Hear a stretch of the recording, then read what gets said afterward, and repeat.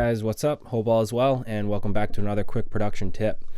This week I want to discuss the complex idea of compression. Now, when I say complex, it's because I know a lot of people that are first starting out are super confused by it and really don't know where to start and really are kind of afraid to use it.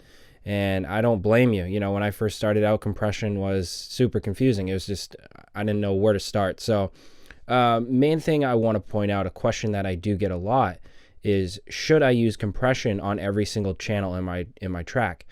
You know, absolutely not. You do not need to use compression on spaces that it's not needed. For example, when you're using a sample pack, because I know now in the scene there's so many sample packs available to us with using Splice or packs you're buying, you know, you need to remember that these samples that you're dragging into your sessions are most likely already processed, or in other words, already compressed, EQ'd, etc. So you need to really train your ear to figure out where compression is needed and when it's not, because sometimes you can completely ruin your track with over compressing.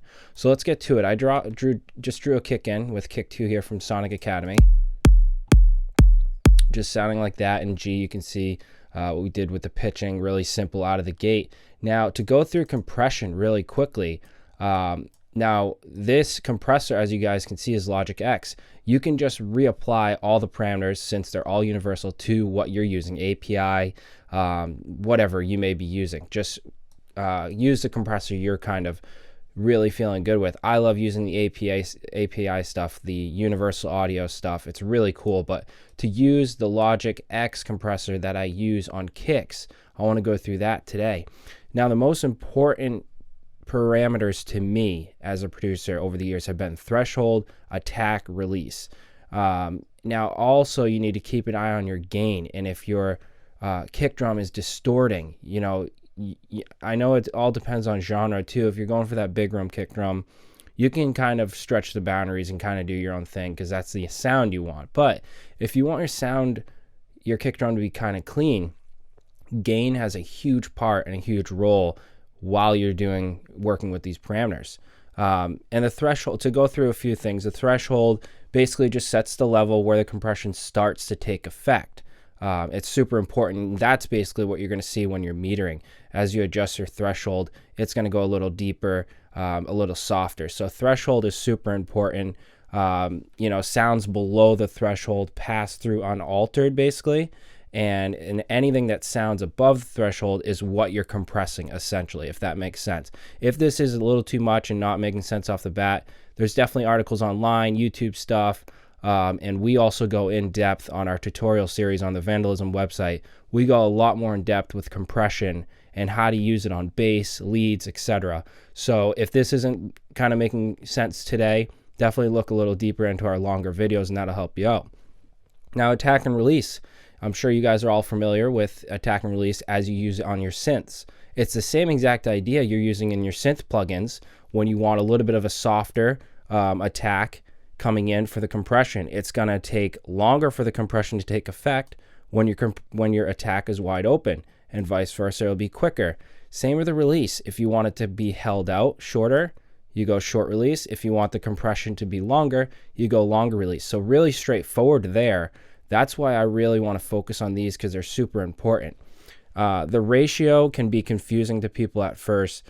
You can actually watch on the graph when we adjust the ratio. Basically, it just sets the degree of the compression above the threshold level. For example, like when I do vocals, I usually set it like a 4 or 5 to 1 down here. You can see the reading here while we're going to use it, and I'll show you what that does. It's really kind of a touchy-feely thing. I'll show you guys when I'm using the graph, and I'm also going to talk about the knee in a second also. And let me just put all the bring this down a little bit. And the main thing I start with, I don't want this going over 0. This could be a taste thing to you guys.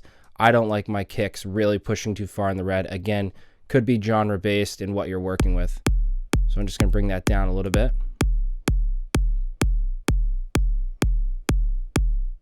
And a cool thing to do also, if you're using kick 2, while I'm doing this, I bounce it in place to kind of look at the audio and see if I'm squashing that attack, that initial hit, which you guys can see right here, or the peak of that kick. If I'm really squashing that out In other words, almost looking like it's being limited so much, you know you're over compressing. You're completely ruining the dynamics of the kick. Really trust your ears here, and you'll start to understand when you've overdone your kick drum and over compressed it. So you can do that once in a while, bounce it in place. But let's go back to the kick here. And I'm going to go to the metering, and you'll be able to see this threshold as we're adjusting it. I think that's a little too much right now. So you can feel as I dial back, you're starting to feel the sub of that kick, which is what we want, the juicy low end part.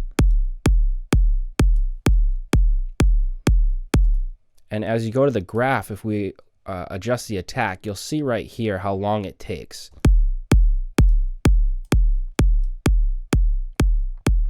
As I'm adjusting the release, it's taking a little longer. And as I'm adjusting the knee, and if anyone guessed it, this is in your graph right here. This is going to be the knee section of the compressor. You know, basically in a nutshell, it's just, it determines how curved this transition is. So if I adjust a little bit different of a ratio, watch at the top there, that knee, how it gets almost sharper.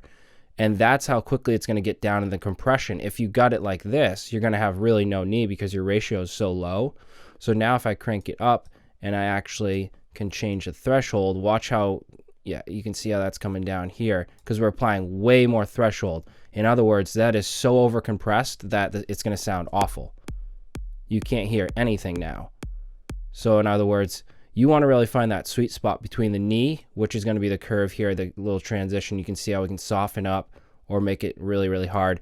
And you can see in the API compressors, for example, they have, I believe, soft, hard, medium knee settings. That's really all that's doing. You can see right there, it kind of chisels it out. That's going to be up to you and how you want that setting to work with your specific sound. I cannot give you a formula amount that works best because to me, it doesn't exist. It's all about taste. So let's kind of find the sweet spot for this kick.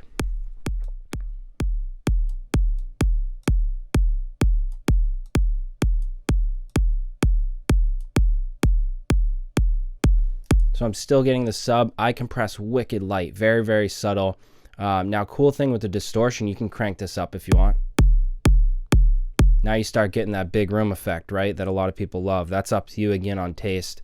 I like kind of sitting the makeup gain a little bit, but the threshold, I don't like pushing much. Again, really kind of mess with it here, but turn on your graph to see how much you're tucking away and how much dynamic range is going to be disappearing. See how subtle it is. If you want it cranked, you know, it's just over compressing. I like it to sit a little bit nice like that.